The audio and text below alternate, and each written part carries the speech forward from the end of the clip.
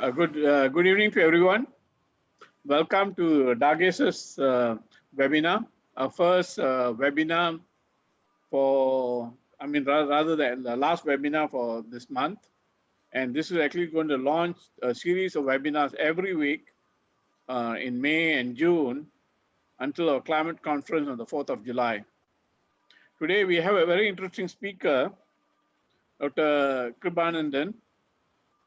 He's an engineer by profession, and his topic today is protection of green lungs, the role of collective community action.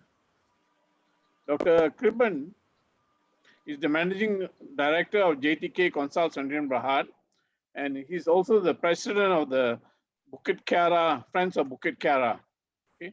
He's also the president of the Rotary Club of Damansara. So he's a Rotarian just like us. You see, he's got an IR in front of his name. So IR means that he's a professional engineer, and the doctor means that he's got a PhD in engineering. He's currently the president of the Friends of Bukit Kiara, and he took over the helm of the organization in May 2018 from the famous, very famous Tan Sri Dr. Saleh Mohammad Noor. So he's got big shoes to fill.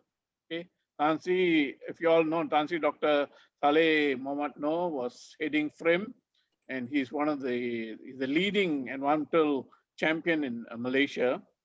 And so he has taken over from him, and he has been focusing on the organization of efforts in driving gazettement agenda and developing the narrative for the protection of the green lung via engagement with all the stakeholders, including the green agenda, CBOs, NGOs in the Klang Valley.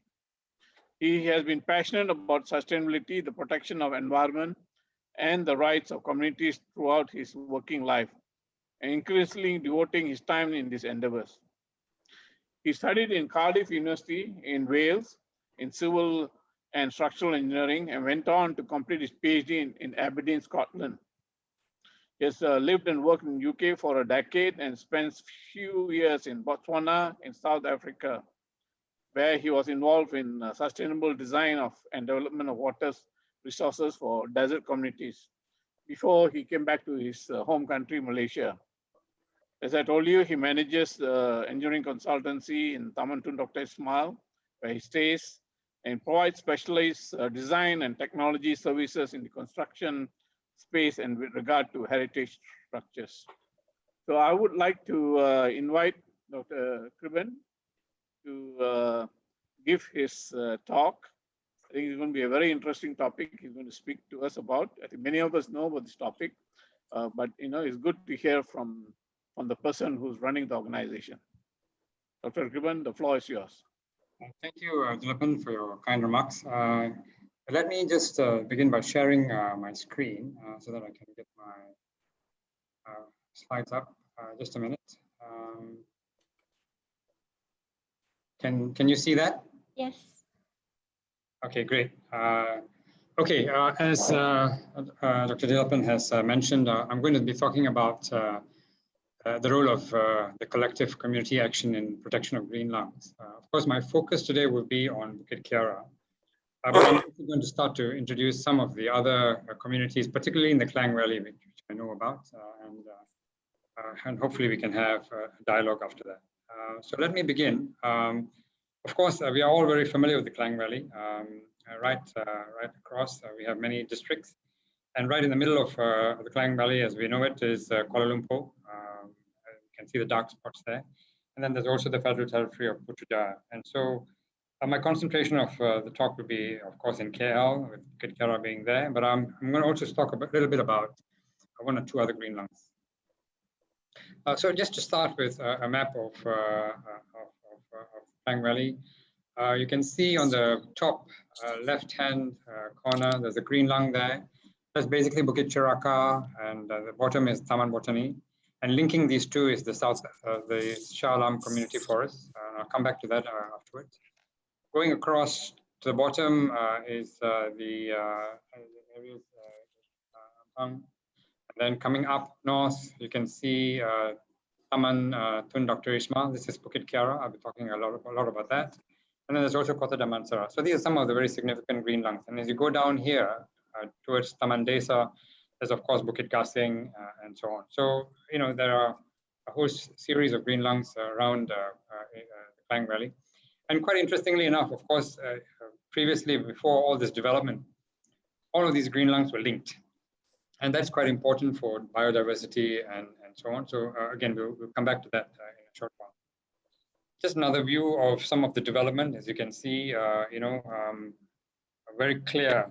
The gray areas are all the developments, totally cut off the green lungs. And this is, of course, common to all cities, not only Kuala Lumpur and the Klang Valley, but it also shows you how little green spaces there are in between our living spaces. And this is something we really need to address for the future. Bit of history about KL itself. Of course, KL came into existence in the 70s as a federal territory. Originally, the area, the landmass of KL was only, less than 100 kilometers square. And then there was a lot of acquisition of land to convert it to federal territory. Today, it's about 240 odd kilometers square. So the three dots, three circles I've indicated here just to give you an indication. Part of this development of Kuala Lumpur was, in fact, acquisition. And the one marked K is in Bukit Kiara, which I'll come back to. The one marked J at the bottom is basically the Bukit Jalil Forest Reserve. Originally, it was a plantation, sorry, something like, quite a large area, so 510 hectares. Then going up to the north, there was another estate which was taken over during that period, the Hossenden estate. Again, very much there. But let me just go on from here. Keep these images in mind because I'll come back to them. Of course, the key thing for any city or space is that we should have green spaces. And Kuala Lumpur has 30% green spaces, and this meets apparently the SDG goals and so on. But once we start drilling down into this, we realize that actually only 9 or less than 9% of that green space is accessible for social and recreational needs. So the definition of green spaces is very, very loose. And this, for example, in KL includes things like golf courses, gated communities, and so on and so forth. So we have to be very careful. So this is why, I think there is a real need to protect what is there and hopefully also extend it. You take Bukit Kiara, for example. We know, of course, the importance of urban green lungs in an urban setting. But in what you call Bukit Kiara, a typical weekend would have something like 7,000 visitors, and then there are a whole stream of different types of people, nature lovers, joggers, bikers, and so on, and bird watchers, and so on. So it's a very well-used facility. But of course, public spaces are vital, and we know this. It's very well documented to avoid negative impacts of healthy living, and of course for our mental state. And I think this has become so apparent, particularly now during the pandemic, when some of these green spaces were not accessible to us. The key to protection, what we are really finding now is that to protect these for future generations, we need to have an increased coordination between the community-based organizations, the green lung organizations, NGOs, and of course our municipalities. We need to do this engagement and participation so that we can actually develop these spaces and keep them green for future requirements. This is quite a busy slide, but I'll try and break it down. A bit of history, because I think this is relevant here. You see the map on the right. This is a breakdown of the original Bukit Kiara estate, the 628 hectares, which was taken over by government in 1976. And the stated aim of this takeover was to have this available for public purpose. In fact, in the original documents, there was talk of a national botanical gardens and the use of this for other public and government infrastructure use. In fact, in 1982, there was a truly world-class Taman Kiara master plan which was conceived. It was done by an international consultant who still exists today, and an excellent document. And this was supposed to basically be the development of this whole area into an arboretum. 70% of that was going to be an arboretum in the north, where it's A, part of B. Coming down south, we were going to have basically a national mausoleum, so to honor our heroes. And then down south of A, there was going to be a public park for families and so on. And then E was more and the NGO spaces for NGOs to build their facilities. And C is quite interestingly is in fact what is today Taman Rimba Kerat. And I'll come back to this. Obviously, this is a subject of litigation now, based on the in terms of the kind of developments that we're talking about. So quite an interesting history of that. And all of this was supposed to have basically been retained as a green lung, and unfortunately, the National Botanical Garden idea never materialized. Instead, in the early 90s, there were lots of developments, including the KLGCC golf course, and the whole idea of public purpose was actually lost. And this is what then spearheaded the kind of activities from the community. So this is basically what is left now. The green space, which is Bukit Kiara. The orange space there is the Taman Rimba Kerat, which again is a subject of litigation now. And you can see most of the other areas have been taken over by various developments and so on. North of this is basically North Kiara and the Kampung Peninsula. So I think just keep that in mind, because I think we need to stress the fact that something which was supposed to have remained totally a green lung has now disappeared. We only have something like 1/3 of it, 1/4 of the original land left. So let me say something about Bukit Kiara, about Friends of Bukit Kiara itself. I won't go into the mission and vision and so on. You can get this on our website. But the key is that this was an organization which started as part of the basically the Taman Dr. Ismail Residents Association.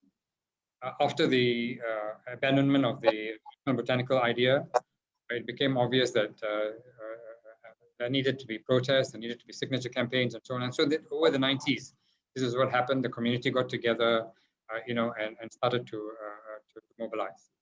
In June 2001, a pro-tem committee was set up called Friends of Bukit Kiara, spearheaded by the late Ir Liu, who was a resident of Taman Tun and very passionate. And this was done with the support of our Segabut MP at that time, Dr. Tan.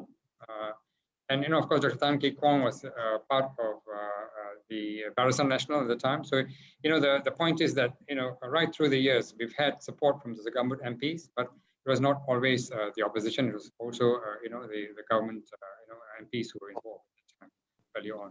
So it was quite bipartisan in that sense. This then led on to more concerted activities, and I think quite a signature one was in May 2005, when something like 44 residents associations and 19 environmental organizations got together and petitioned Prime Minister Tun Abdullah Badawi for the remaining green lung to be gazetted as an urban park, and for all the commercial developments to be stopped. And these are sort of the seminal activities from the community, which basically led to a cabinet announcement in June 2007 that, in fact, the park would be gazetted as a large-scale public park, something like almost 190 hectares. But unfortunately, this cabinet decision was never put to fruition. So the community engagements continued, and then there was a very large signature campaign in 2012. And then, 2014, FOBK became formalized as a society. Tan Sri Saleh took over and assumed the presidency, and that gave it obviously a big fillip because of his reputation and his background. And quite interestingly enough, the secretary of the first committee was Abdul Hafiz Abdul Bakar, who is now the chairman of the Tun Dr. Ismail Residents Association. So you can see there was this dichotomy between different parts of the community very much involved in this protest. And of course, our MPs were very important, starting with Dr. Tan, then Mr. Lim, and of course, most recently, YB Hannah Yo, who has become a very ardent supporter and has been very, very focused in assisting and providing leadership in this fight to keep the green lung gazetted and protected. I took over the organization in 2018, and we broadened our focus from pushing just gazettement to also to increase community engagement and activities. And this is something which we have been doing quite a lot of in the last couple of years. Most of you must have been following the Taman Rimba Kiara developments. We had a landmark legal case which throughout the development, in fact, But of course, that's not the end of the story. This has been now elevated to the federal court, and we are still, very much looking at this and seeing how we can take this forward. So this is what we are at today. This is Taman, Bukit Kiara. Sorry, 111 hectares has been gazetted after almost 13 years from the time this was originally announced in cabinet in 2007. Another 51 or so hectares is still under lease to Miasa, and the leases end in 2027. We are hoping that this will then be merged, and the whole 162 hectares, will be protected. So this is where we are at this point in time. So some small victories, but a lot more to do to make sure that this protection carries on. We are also engaging very closely with the Jabatan Landscape Negara, who in fact are the people managing this green lung, and we're hoping to work very closely with them to move forward the agenda of protection. So what have we been doing as Friends of Bukit Kiara? We have engaged with our green lung partners. We've had several roundtable discussions to see how we can energize the activities around this green lung and others. We are hoping to have a roundtable with the government agencies later this year once the pandemic is under control.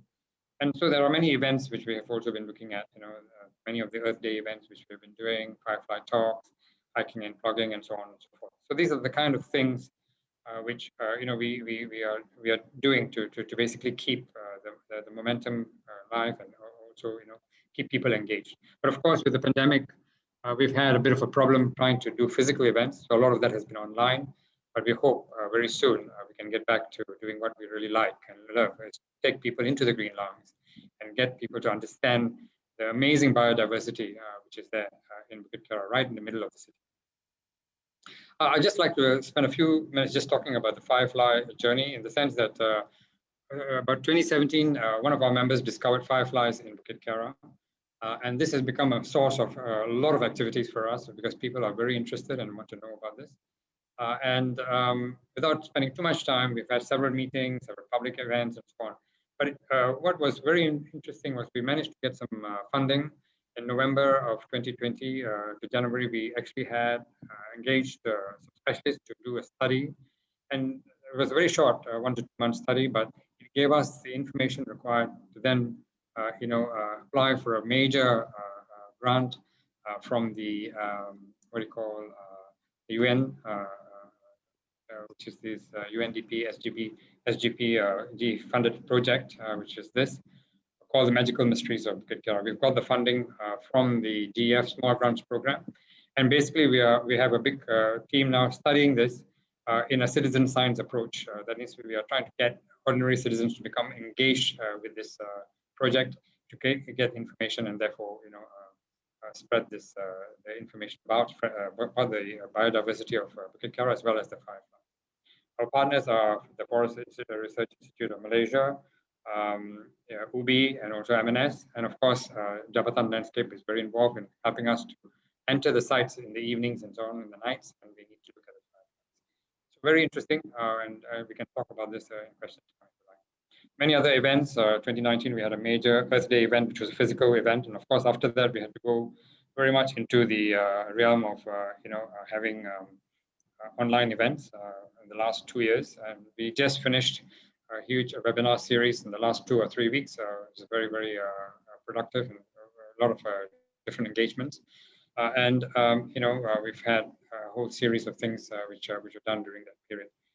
What was interesting, is that we've done some surveys also, and based on this, we are trying to get our activities organized. But one interesting fact is that although Bukit Kiara is, as I say, visited very, very well, more than 35% of the people who come are outside of our area.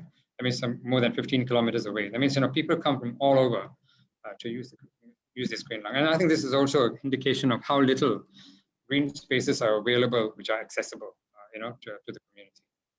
Some images from Kiara. I would urge all of you to come and visit us. We would be very happy to take you to the green lung and show you, what we have and how you can get more engaged. So to end my the session here on the Bukit Kiara, I think there's a lot which has been done, and I hope I've been able to share the fact that community has been very important. I mean, we've managed to keep this alive for 30 years, and that's the important thing, but it's quite clear to us that gazettement is only a start of another journey. It is not an end in itself. We have to do a lot more to make sure that this is protected for future generations. So these are some of the community-based organizations we work with. And again, I think it's a very timely that Rotary is looking at this now to engage in environmental activities. And so we have many partners we can work with, not only Friends of Bukit Kiara, but these are some of our partners. And I think these are partners which I think Rotary can also work with because they all need help. Many of them are fighting to save their bit of green. And so we need to be able to do that.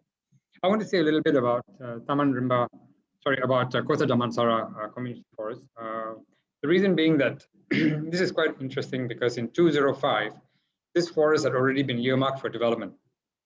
So there was going to be a major housing development in this area. It was really the activities around how communities were engaged and also, personalities like, Tan Sri Saleh and so on, came together to make sure that, hey, look, that there was a movement to protect this. And it took 5 years, but by 2010, this forest was actually gazetted. And today it's an amazing area. If you have time to go there, the beautiful trails, all organized with volunteers. And this is what we would have lost if we had not been able to protect this. Again, this is another example of how community and different forces have come together to make this possible. Of course, there were some unique circumstances, just as like in Bukit Kiara, also in Kota Damansara, where at the time when these things were happening, there were also a political change. As you know, state government changed hands at that time, and it became something which was possible. It was a window of opportunity which the community seized.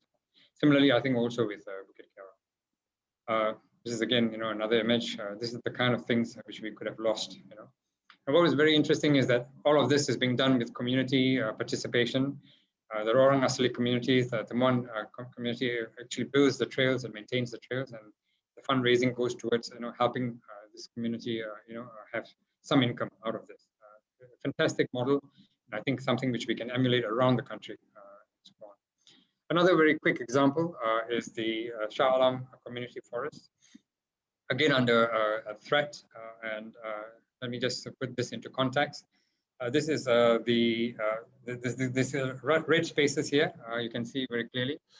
These are the interconnectivity between the Bukit Chiraka Forest Reserve and the Taman Botani Shah Alam. And these areas are not protected. They're not secured. Something like 11.5% of the land, as you can see. All of these are, in fact, under threat at the moment to development. So the Shah Alam Community Forest was set up in 2016, and this is, you look at the images, amazing space. Again, this could all be lost, and the threats are very real at this point in time. So again, something which we can help with the community and see how we can take this forward. So there's a lot that needs to be done to protect these spaces, and the threat of development are always there, and so we need to be aware. Let me just finish off on a couple of slides about some work which was done by Think City, which basically was showing how our cities are getting much hotter.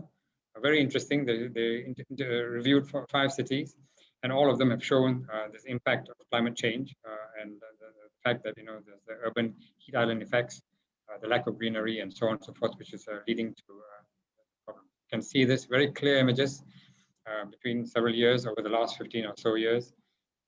These are real examples of problems in our cities, and we have to be aware of them. Another one by underpass as well. Again, and just a few images to share. But I think the problem is a very real one. It's a worldwide problem. The climate emergency is here, and we really need to act very quickly.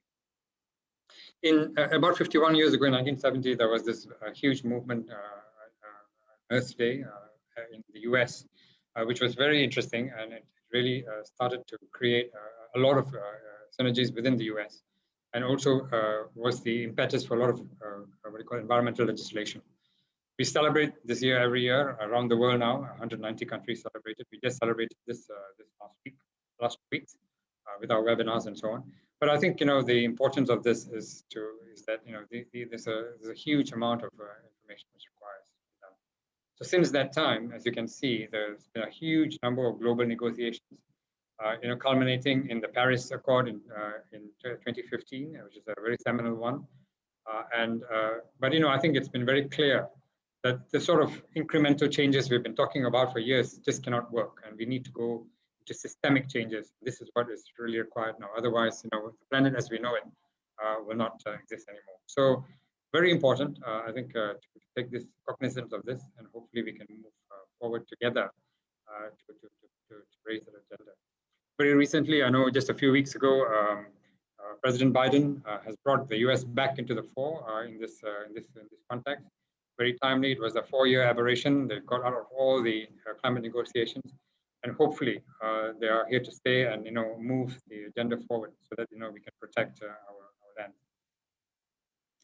This is an interesting slide. You can see, it's a conception of how much resources countries use. If you look at the top of that agenda, USA, the kind of lifestyle that USA lives now requires almost 5 planets for it to survive. So it's totally unsustainable. If you look at the bottom of that list, India, the amount of resources that the 1 billion people use is only 0.7 of the Earth. But of course, all the developing countries are aspiring at this point in time to live like they do in the West. So it cannot be done. I mean, the Earth has.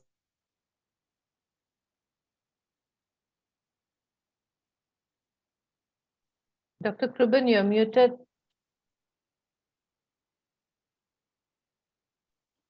Is that better? Can you hear me now? Yep. Yeah, Now sorry. I can hear you. Now I can hear you, Kriban. Sorry. Okay, good. So basically, this is where we're at, and what we need to do now is to basically change the way we live and work, so that we can work within the envelope, the finite envelope of the Earth, and therefore the developed countries have a big say in this thing, and they have to come to terms with this and come and look at how we can ensure a fair distribution of resources so that everybody has a handle of this. So just to finish off, of course, it's a global problem. We have to deal with this as a global problem. We have to share resources, but we have to look at all the vulnerabilities, particularly in terms of strengthening community support systems. I think this is why this talk is quite important.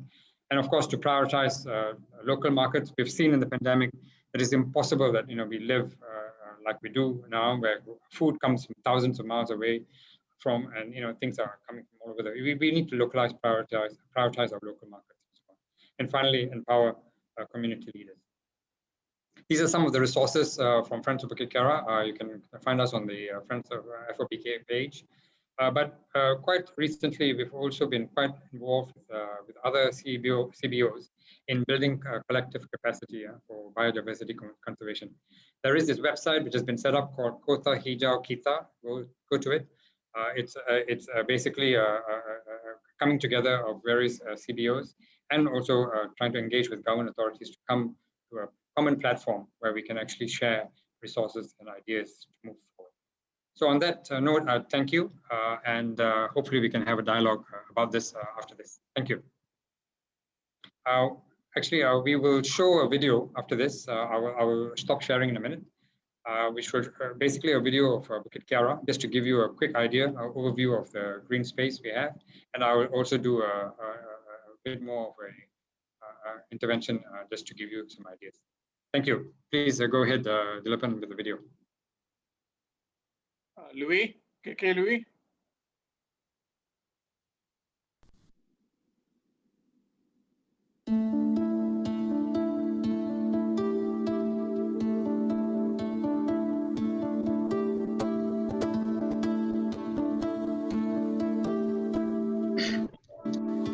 This is actually Bukit Kiara itself, as you can see. This is the family area. It was developed some years ago. If you ever come, this will be probably the first point of contact. But if you go to the other part of Bukit Kiara, there's the Haji Openg entrance, besides the golf course, as you can see. Beautiful green lung. There are a lot of trails, hundreds of trails used by bikers as well as hikers. You can see, quite a lot of forest cover. This is the northern edge of the range of Kiara. Remember, all of this was part of the original Bukit Kiara estate.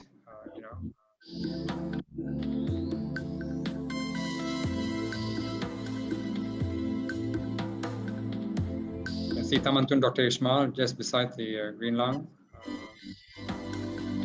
Further up, if you go north of Kiara, is the Penchala link and the Malay Reserve.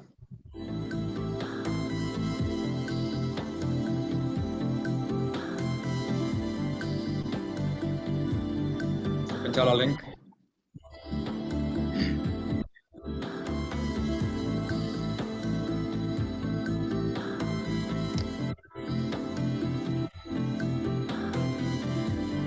You can see a lot of development taking place in the Malay Reserve lands. Something which going on without any control.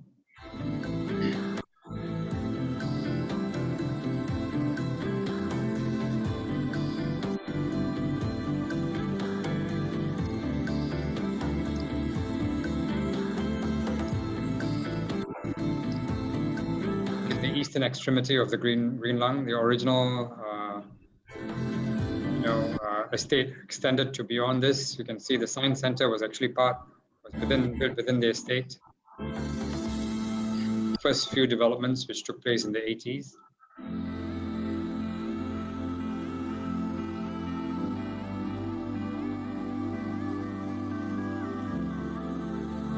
Many private clubs were also built. Of course, these are not accessible to the public, so they don't really meet the public requirements.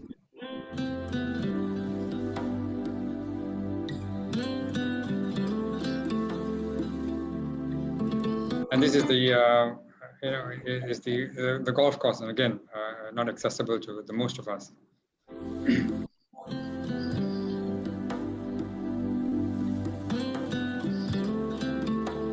So originally, this green lung was connected with Taman Kiara, now separated because of some NGO type of developments. So you can see we're going towards the south, Taman Kiara. This is the Longhouse community, which has been there for 40 years after being promised homes within 1 year of their move from the rubber estate. Not to be, unfortunately. And this is Taman Kiara, where this development, this monstrous development, has been discussed. Something like 9 condominiums are supposedly going to come up here in this part of this green lung.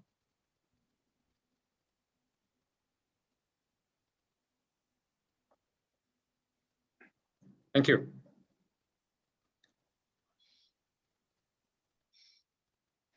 Thank you, Dr. Kriban. A very interesting talk. Can we now go to the question and answers? And we have one question here from Mr. Shankar here. Shankar is a AG from Butterworth, Rotary Club of Butterworth.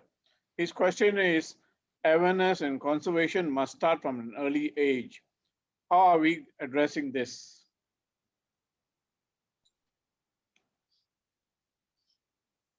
You have to unmute yourself, Dr. Kriban. Yes, I think a very critical question indeed. It's this generation next which is going to make all the difference. I think there is so much which can be done. What we have started to do is work with the schools. We are very fortunate also that some of our members have young kids. One of them I must pay special attention to is a botanist who's got a grandson, and because of his education of his grandson, he's an amazing resource, and he knows so much about the green lung. So if you go to our Friends of Bukit Kiara website, you will see a video which he has done about the biodiversity of Bukit Kiara. So I mean, I think involving kids at a very young age is very important, and that's makes a huge difference to the way they think and so on. And we should start with the kindergartens. We should start with the schools. And it's something which we started about 2 years ago, but of course with the pandemic, this has not been possible now. But it's doing things like we've engaged, for example, one of the Taman schools with one of our partners, Trees. We actually did a project where we had a coloring competition, and they had to draw, something about Bukit Kiara, and fantastic, pieces of art. And this is the kind of little things which we engage and we can do, which we should do.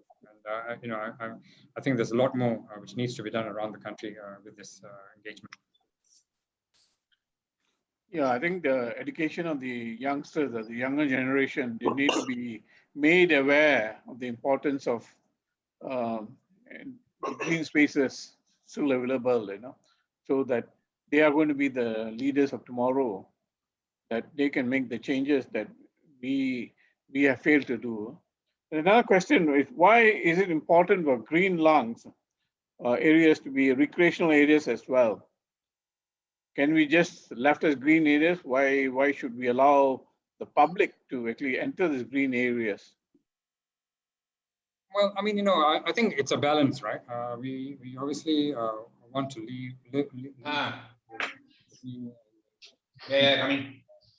so that they can flourish and the biodiversity is not affected. But if you have a controlled, entry into the city, it's amazing. I mean, of course, it's important for the general public. We can then start to do forest bathing and get some of that, advantages of being in this kind of serene environment. But it has to be done very carefully and in controlled way, so that the biodiversity of these areas are not affected. And this is where the community engagement also becomes quite important, because the green lungs can be protected. We have trails in Bukit Kiara which were originally set up and done 30 years ago by the bikers, and they to this day maintain these trails. But if they don't, of course, what will happen is that if we don't have special trails within the green lung, then people will be going everywhere and start affecting the biodiversity very badly. So I think it is important that we bring the community into the green lungs, but do it in a controlled way. And I think it can be very advantageous if we can do that. Another question I would like to ask you, Dr. Kriban, is concerning Rotary. As you know, Rotary has is going to usher in the 7th area of focus, support the environment, starting in July. And I think Rotarians are looking for a role they can play in their community. And I think this is an opportunity that Rotarians can do in their community, is to adopt green spaces and be a champion working with other NGOs who are already championing such causes. So what's your take on that? How can, like in Klang Valley, we have close to about 40 Rotary clubs or more. And that's, if you include Rotarians, Friends of Rotarians, Rotractors, Interactors, we're talking about 4,000 to 5,000 people from the Rotary family who would, who could actually contribute to actually preserving some of these green spaces in the communities where they provide a service in. How do you think your park can play a role to actually get Rotarians to learn about community parks? I think this is a very important question. As you say, Rotary is very well set up in the Klang Valley and around the country. And I think what we need to do is, I think from my point of view, I'd see a couple of things. One is we do not want to, because this key area of environmental inputs from Rotary is something which is new. And I think, what we want to do is not be in a position where we set up new structures. What we want to do is work with existing structures. There are many very good community-based organizations and NGOs working in this space. I think what Rotary can do very, very well is to support these organizations and support them with, with people, with ideas, with funds. Of course, funds are very important for all of these things. And this is why when I started my talk, I showed you the whole of the Klang Valley. Just in the Klang Valley alone, there are 5, 6, maybe 7 different CVOs which all require assistance. In Bukit Kiara, we have a very good setup here. We've got a good number of volunteers, but we need help also because there are many things which can be done. In terms of engaging and getting people involved. And I think the engagement is important because once you bring someone into the green lung and they start to understand the kind of things which are there, the biodiversity, the mysteries which exist, I think you start to impact people in different ways, rather than talking about this in a remote way. So the engagement can be at many levels, as I said, but work up where you are geographically. If you are in Shah Alam, yes, go and meet up with the Shah Alam community forest. Alicia, who runs it, is a very dynamic person. She has a lot of ideas. You can maybe learn and work together with them. Same thing with the Kota Damansara community forest. They have many things going on, and of course, Kiara itself. So I think adoption of these green lungs in some way or the other could be one way the Rotary clubs can go, and in terms of making a huge impact. I think I'd really encourage that and see how we can do that. Then there's awareness training. There's so many things we can do. Things like this, webinars and so on, to bring forward that that knowledge. And then of course Rotary also has very good connections with the captains of industry, with government and so on. And we need to take this agenda up. We cannot only work at the community level. We need to engage at a very high level.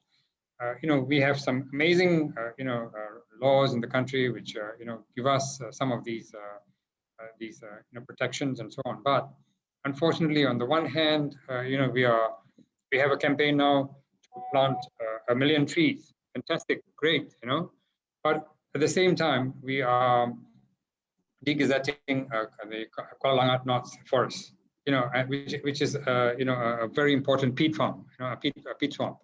So where's the logic in this? So we cannot be doing away with the 400-year-old forest reserves to plant new trees. It doesn't make sense. So we need to protect what is there. And then again, I think Rotary as a movement can really start to lend its weight to this all around. There's one question here from IPDG Leo. He's from Tampin. So his question is there a national policy on green lungs? What can Rotary do? Here in Tampin, the Majlis Dara Tampin is cutting down mature trees right in front of his house. I think all of us should go and protest, In the first place, the trees were planted by a developer as required by the local authority before issuance of the CF. The trees are more than 15 years of age. So yeah, that's his question. I mean, I met with the LUAS director on Monday this week. And so he was saying, he was in MPAJ before. And yeah, he was saying that when they plant 1,000 trees, they find that only about 100 trees survive, And then they also end up cutting up trees when later they find that they need to improve the road or the trees are becoming a problem. So yeah, so I think the planning has to be the right species of trees to be planted in urban areas. But then like you said, when we already have a forest, why are we talking about 10 million trees and 1 million trees planting? Preserve the existing forest, green areas which we already have, rather than go around trying to plant more trees.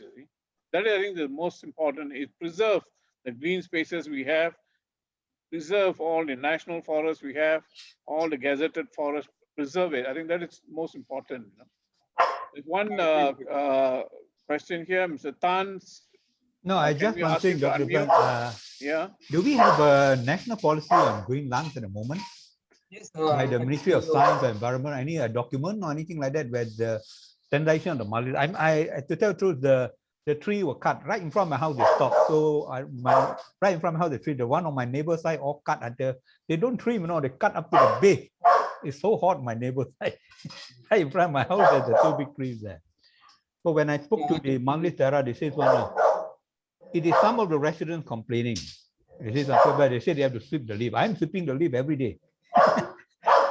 You see, there's some of the things, and it was done just before election time, the last election.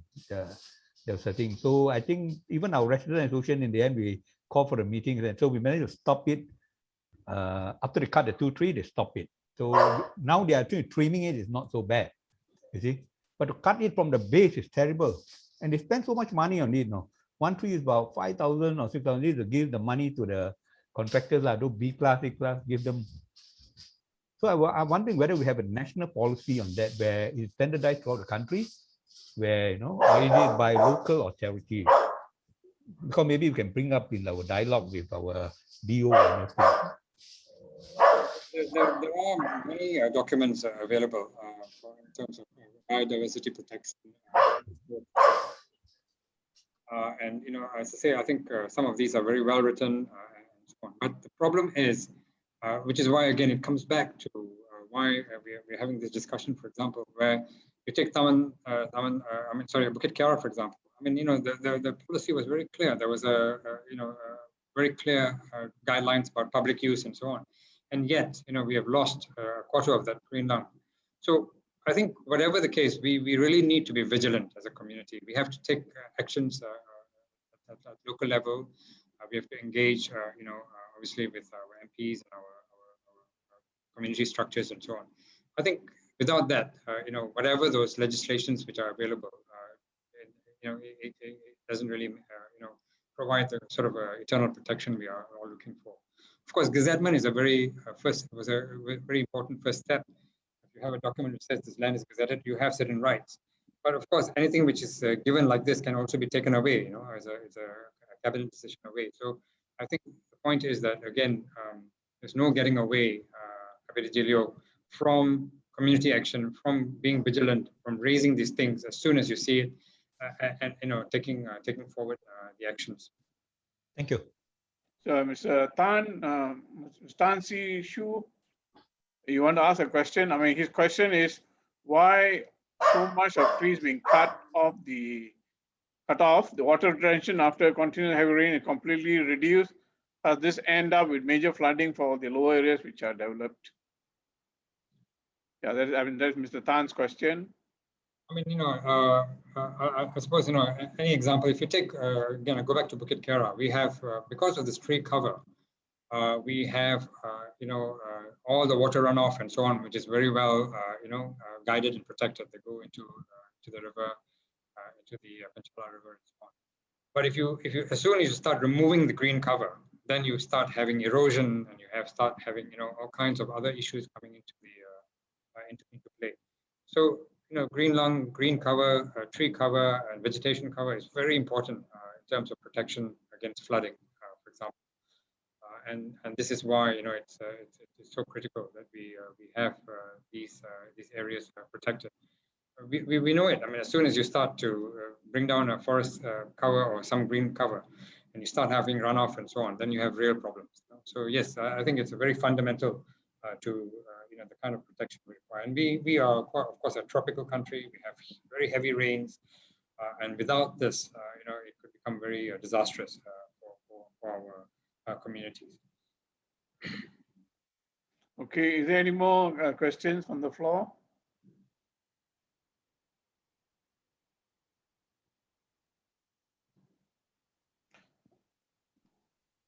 The other thing I wanted to ask you is, the fireflies, fireflies at the Bukit Kiara Nature Park.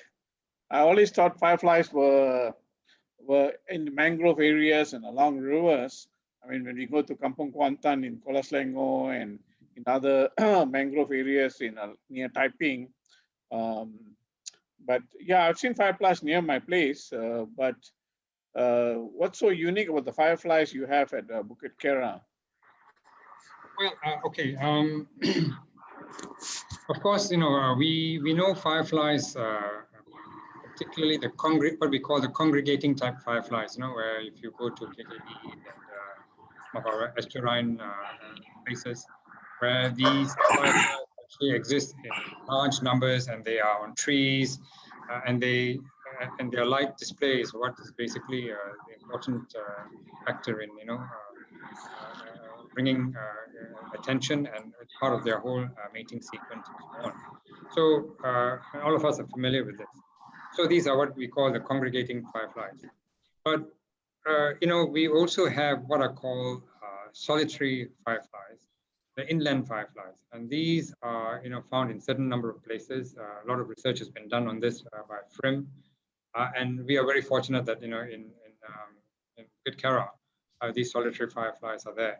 So these are not the congregating type. They live on in the ground. They feed on. They live on the litter. They feed on snails and so on and so forth. So it's a very different type of firefly, but nevertheless very interesting. And we are told by our experts and partners who are doing this research for us at this point in time that in fact the biodiversity rather the number of species associated with these solitary fireflies are even much higher than the congregating type. So in Bukit Kiara, we have one of the species we have is called Lampigera. It's a female larvae form. It's supposedly one of the largest fireflies in the world, according to MNS, who have been working with us very closely in this green lung. And as I say, we've got some research funding from the GF SDP funding to do this study. And within the next couple of months, we are hoping that we'll have a lot more information about the biodiversity of this fireflies. Very interesting. But the point is that these kinds of solitary fireflies are existing in many places, and so the kind of information we're going to gather is going to be very important in terms of how to extend or how to protect the biodiversity of this area so that we can extend the firefly community. So this is the kind of things we are doing with this citizen science approach we're embarking on. So very interesting indeed, and hopefully next time we can share once we have more information about exactly what makes this particular green lung tick for fireflies. Yeah, I think the reason why I asked the question is, give an example in the US when they discover a particular species, whether it's a tree or an animal, the spotted owl in some of the forests in the US, was actually the calling, or rather the cost that people actually fought for to actually protect a particular forest. So I think the story one story would be to actually identify species which is actually quite rare and unique in an urban setting like Kuala Lumpur, and make it well known, that you have fireflies or a particular tree species, and that will become a cost to actually fight for, for the green spaces in Bukit Kiara. So yeah, I think with the research which is going on, I think it'll be great once the results are out and it's published, that more people get to know what's so unique about Bukit Kiara as far as biodiversity is concerned, and any unique species which are there in the forest. Yes. It'll be very interesting, and we are very hopeful. We have, some very some of the experts involved with us, from FRIM, from UBI, and of course MNS also has a lot of information in database. So we are basically hoping that this information will be gathered, and we'll be able to share that in the next couple of months. Yeah, there's another question from Chu, from President of the Rotary Club of Ara Damansara. I think it's the same Chu. What are the opportunities for global grant projects we can work together with friends of Bukit Kiara? I mean, there's interest by Rotary clubs to actually maybe put up a global grant. And I think biodiversity and protecting wildlife and forests is one of the areas which the global grant for supporting the environment area of focus allows for. So yeah, thanks, Chu, for that question. I think a very interesting one. I can see many areas of inputs where we can work together. For example, you take Bukit Kiara. I showed you a map earlier on, and many of these green lungs were originally connected. Bukit Kiara was connected with Bukit Kasing and Kota Damansara and so on and so forth. But of course, all of those connections have been lost for various reasons. And Singapore has done this now. They have re-established the connectivity between these green lungs. that's something which we can look at, how this connectivity can be reestablished. And I'm told by the scientists and the experts in this area that once you establish connectivity, you have a much bigger potential for biodiversity growth and so on and so forth. So that's something which I think we need to think about, because I think as we move forward, yes, development is going to be there, but we at the same time need to enhance what green lungs we have. So that could form a very interesting research project, for example. And Bukit Kiara itself, it's a secondary forest. It was deforested, more than 100 years ago. It was a plantation, and it stopped functioning about 40 years ago. And I mean, look at the biodiversity today. It's unbelievable. In 40 years, that biodiversity has come back, and I'm told it's fantastic. Okay, we don't have the primary forests there anymore, and it's going to be very difficult to re-establish that, although there is a planting program going on with Jabatan Landscape. But having said that, we have an amazing amount of flora and fauna already established in the last 30 years. So what it tells us is that we can use this example and the kind of information we are getting from green lungs like this to see how we can help to accelerate the growth of secondary forests elsewhere in the country, those which have become single crop type plantations and so on. So there's hope in that sense. So I think, again, research in that area could be very interesting to understand what is it that is important to make this kind of development, so that we can extend our green lungs to various places. So I think many ideas we can sit down and we can look at it and see how we move forward. Ultimately, of course, funding is required, and again, this is something which I think Rotary does very well. So if we can partner and work together with the various community organizations, we can do some great things, I think, in the coming years.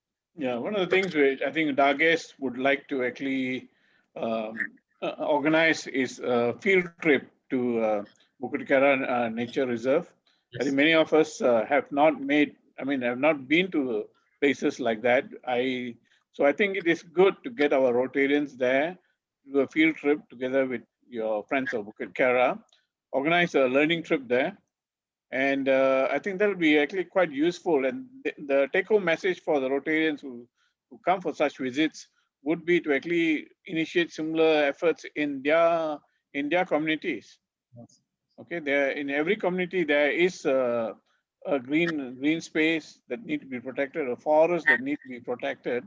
So I think it'll be nice if we can actually organize field trips once the COVID situations become I think becomes muted or safe again for us to actually go out. I think we should organize a few trips to the Bukit Kiara Forest Reserve, and also the other forest reserves, like even Gasing. Bukit Gasing also is a quite interesting place to visit. Many of us have been there.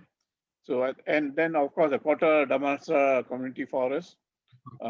So I think and now I think even Penang, you have Penang Hill, and I think Bukit Matajam Hill. So those are all also forested community. I don't know whether they're community forests, but green areas. And for Rotarians to appreciate why we need to actually protect those green areas, I think field trips and educational trips, something which I think we would like to organize. And since you are the president of the Friends of Bukit Kiara, I think it would be nice to actually start organizing that visits to Bukit Kiara. And okay, I think there'll also be learning and learning how to monitor the water quality of the streams which are in Bukit Kiara, identify some of the tree species there. And one of the things, and how do you do maintenance of like Kota Damansara, they employ the Orang Asal people actually to maintain the trails at Kota Damansara Community Forest. So these are some things we can actually learn. And I think it is to be, for Rotarians to enter the 7th area of focus, this be one of the paths which we can actually do to actually, enter We look Yeah. forward to that, Dilapan. We can easily organize that. Yeah. I mean, I'm in the Green Lung practically every other day, so anytime. Yeah, you're saying that. Yeah. Dr. Kriban, Yes. Yeah. Alex Damansara.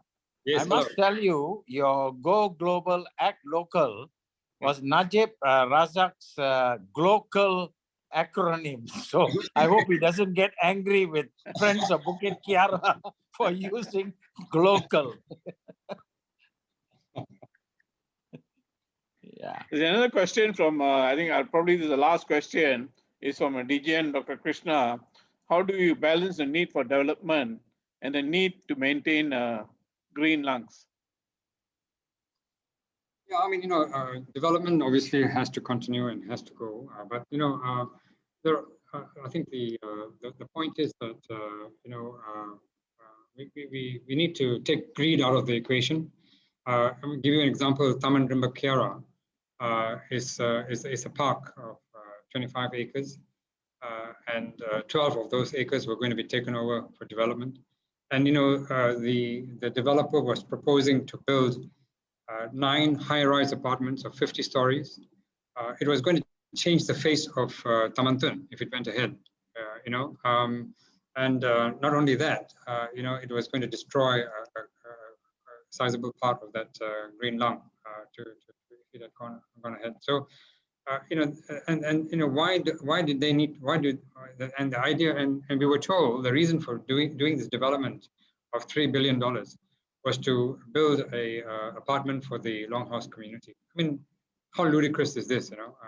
We as a community came up with the development costing about 25 million to rehouse the whole of the Longhouse community within the template of the area where they're living in, and there was going to be townhouses, not a high-rise facility. And so I think the point is that once development, I think development can be done in a very controlled way. It should be focused on providing decent homes for people, not only the focus of profit and this ridiculous amount of profits which people want to try and make out of development by getting the kind of development potentials and size of development which is obviously is not sustainable in the future, because if we do a development, and you can see if you go to an area where they have combined the development with protecting the green lung. I mean, it's one of the most attractive areas to live in. People want to live in these areas. This is why Taman is so attractive to live in. Why the neighborhoods around Kota Damansara community forests are so attractive to live with. And it's that kind of thing. I think development has to continue, of course. Let's get the equation of green and unbridled development out of this equation, and we cannot afford this anymore, because it's going to affect not only us, the whole world in terms of how we live in the future. Dr. Kriban, can I just say, from what you just described in terms of the 6 blocks of 50 stories or whatever, what kind of plot ratio is that was approved for such a small area? You're going to get a few thousand people. Yes. In how many acres? I mean, it's ridiculous. Yes. And the road that leads out to the NPE cannot be broadened anymore, because there are shop houses on both sides. This is exactly our point. This is why when the case went to the appeal court, the judge, the 3-person judge, was very, very clear. I mean, if you read the judgment, they were very clear. I mean, this is just ridiculous. How is this to be supported? And this is the point. And yet, unfortunately, some of the government agencies as well as the private sector, the private developer, have taken this on to go to the federal court. And this should have really stopped here, and this development should not have been even proposed in the first place. Can we have one more question, Mr. Tan Shu? Can you hear me? Yeah. Does the Lands and Mines or the Geological Department, do they have a right to come into this green lung and explore for minerals, which of course belongs to the state? Do they come and disturb and say, to explore minerals? Yeah. I'm not really sure about the legalities of that, Mr. Tan, but yeah, presumably the Lands and Mines has some kind of overriding rights in this area. I'm not sure though. I don't quote me on this. I'm not sure. Because we know that each time any property comes into development, if there are minerals of value, the state, the law actually allow the government to actually hold on this development and say that the mineral belongs to the country. This it's, I understand, in the National Land Code, I believe. I wonder whether the same thing would happen to all the green lungs that as a excuse that they are coming in. Yeah, there's something to look at. If there's gold there, they'll bulldoze it, like they don't care. Yeah, okay. Yeah, I think even national forest reserves in some states have been actually degazetted, and if they find mineral resources there, so yeah, so I think it's same thing, develop mining concerns take over preservation of forest reserve. Yeah. I think that's the possibility is there. Yeah, it is always there. They find a mineral in a forest reserve, then that part of the forest reserve, I think it's happened in Kedah and also in Pahang. They are exploring some of the forest reserve for rare metals. So, I mean, it happened here in Malaysia, our tin industry, our gold mining in Rao. So, yeah, I mean, this happened a long time ago. And, all the tin mines in Malaysia, I mean, the land has been just left desolate. If you go to Ipoh, even if you go to Bestari Jaya, where we have a Rotary Peace Park, was an old tin mine and it's just been abandoned, And so we are trying to reforest it. And so, yeah, so once the area minerals are found, then, the forest will be lost, you see. Yeah.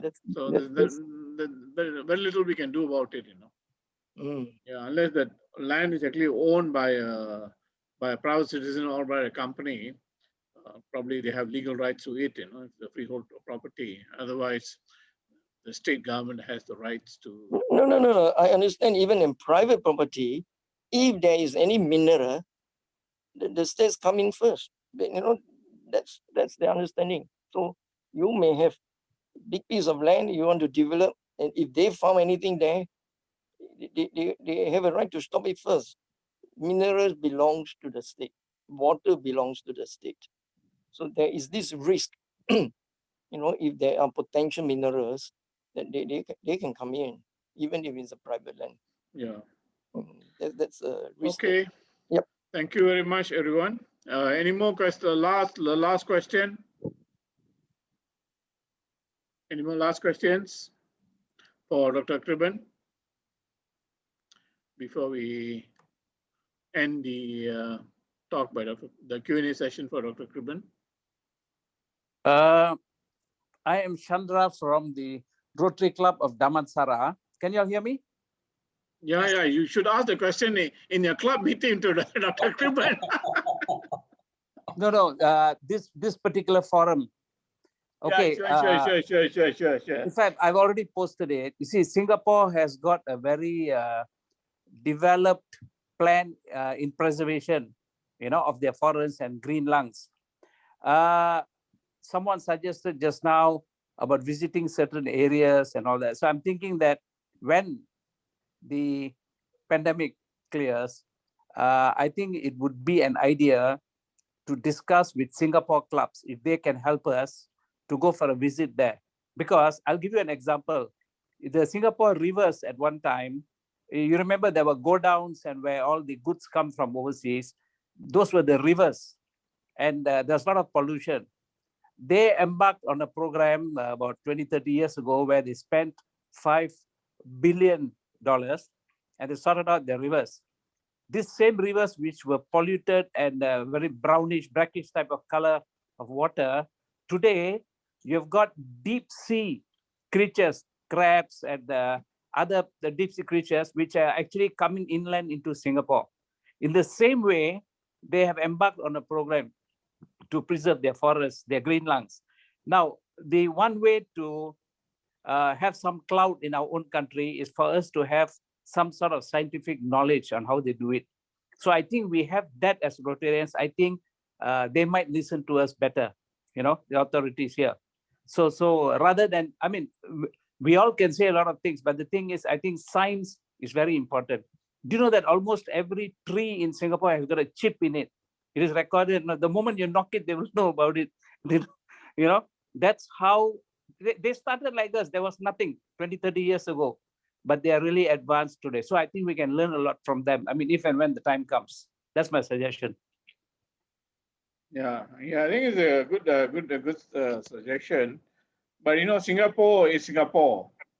I mean, they have done so many things right, which we have not done. We have all the resources. We have, so much of our reserve Singapore doesn't have, and we are not taking care of our resources. There's meritocracy in Singapore, and that's what makes Singapore so different from Malaysia. I mean, Singapore used to be the dirtiest country when they broke off from Malaysia. They were one of the dirtiest. They were considered the dirtiest country in the world, and they had the dirtiest river, Singapore River. And look what they have done.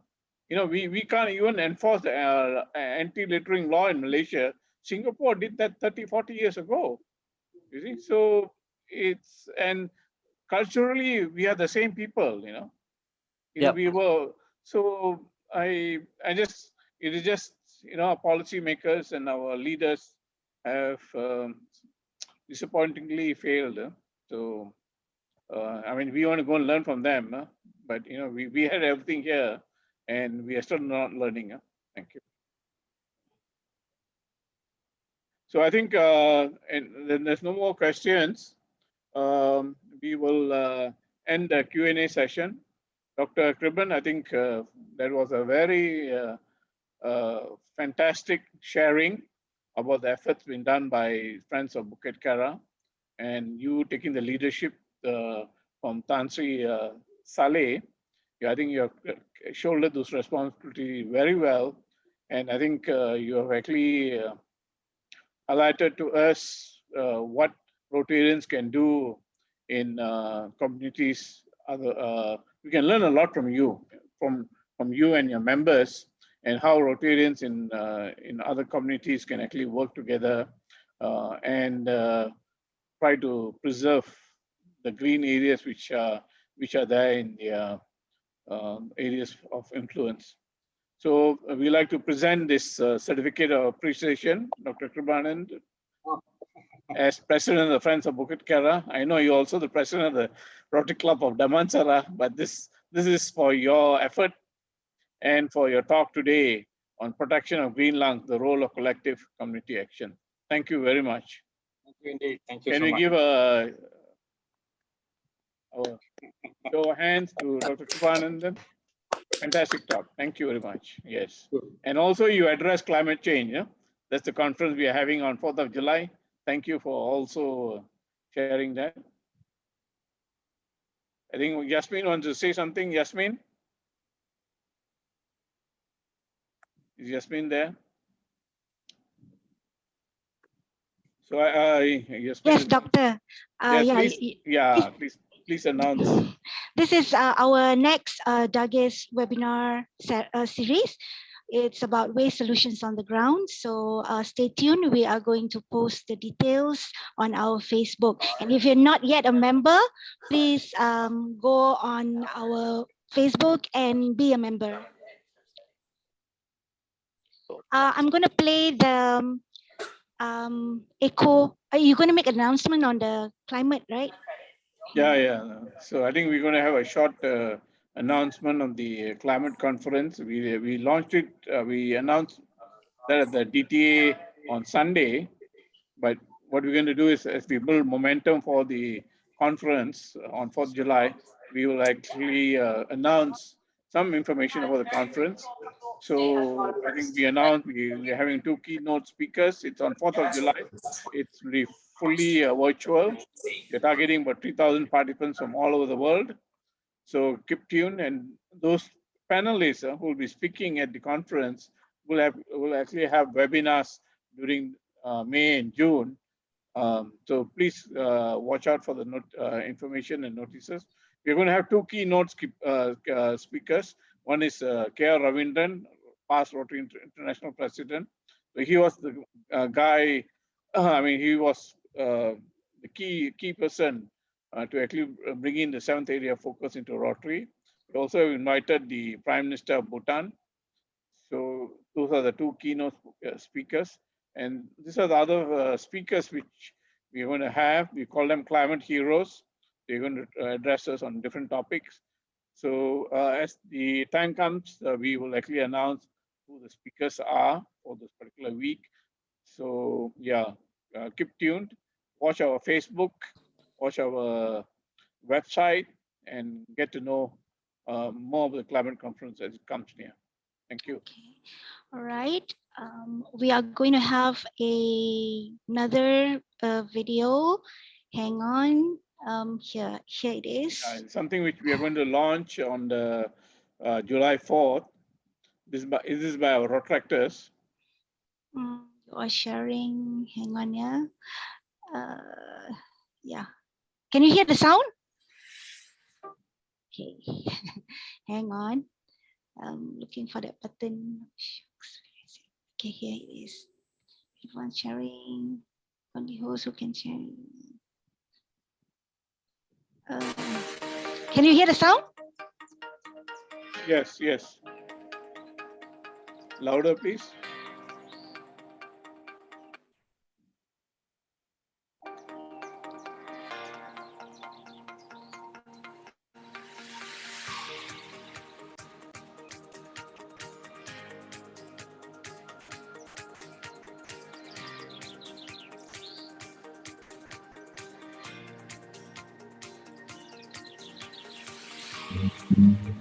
This is all taken in Bukit Kiara.